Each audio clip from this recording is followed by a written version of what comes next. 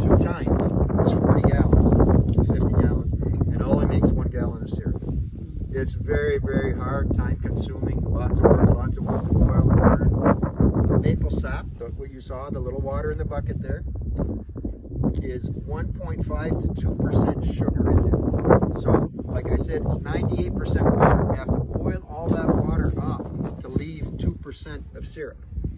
So say you had a big jar like that, you boil all that off, you get this much syrup out of that, if that. It's hard, and it's just how it is. I make maple butter here. It's like a spread, like a peanut butter, but it's just maple syrup, and it's very, very good. And that's 100% maple syrup on there, and I make that here too. So you saw the trees going all out that way. Here's the big tanks. Last year, those are 250 gallon tanks. We filled them up one day last year, all of them, 1,000 gallons of sap. So that took us an entire week to boil.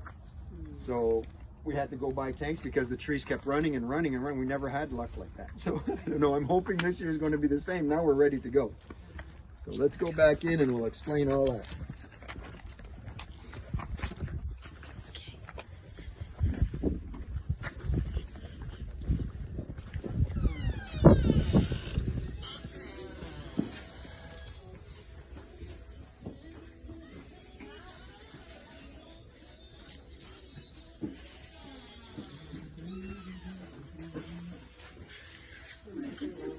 It's different, eh? There's a heat. It's not a furnace heat. It's just nice. We have the same thing in the house too, so that's why I had to go when we got here to put some more wood in there for my wife. What you get home? Okay, guys. So you saw those buckets outside? There's 500 of them. Not 10 or 20. There's 500 of them. And this is how it really looks. So this is called a maple spile. Just give you that, and you can look at it and pass it around to everybody. That's how it looks like. And there's a little hole on the end you're going to see. So when the sap is going up the tree, it goes into that little hole and it comes out here, just as a drip.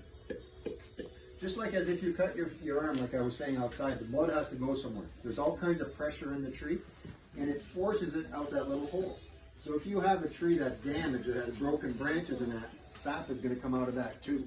So you try and find the healthiest trees to tap, and then it comes out. And it's called tapping because you drill a hole and put it there, and then you tap it with the hammer.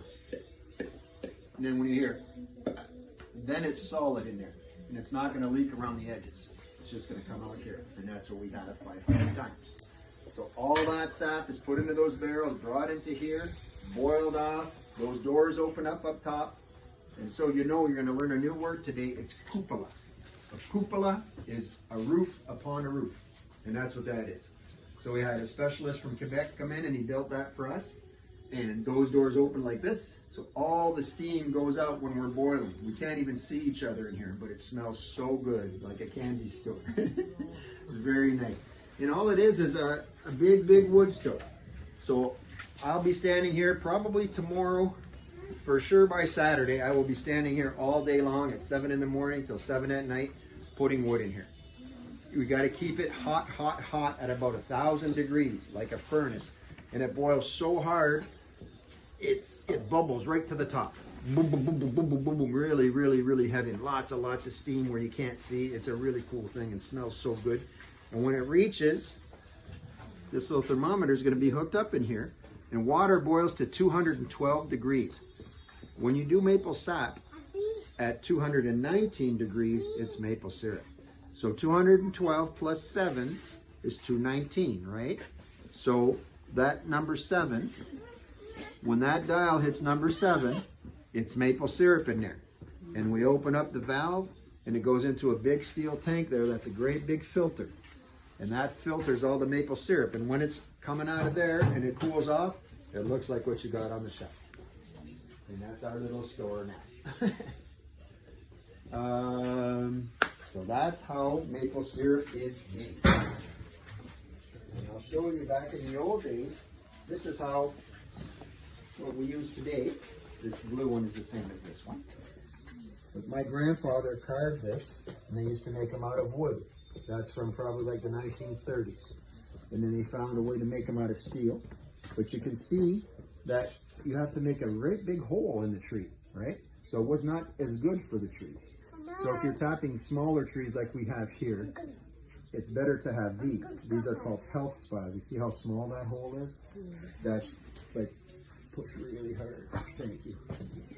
Sorry, that door is tough. So it has 2/16. I know it doesn't mean much to you guys, but it's very much smaller than these. So it evolved through the years, right? Now we don't use steel, so it doesn't rust and the syrup doesn't taste yucky. And it doesn't go through wood because wood absorbs moisture. So now we've got these beautiful hard plastic ones, and these are the best. And you see how it's hollow there. See the little hole there? It's hollow, right? So as the sap is going up the tree, it's going into that hole.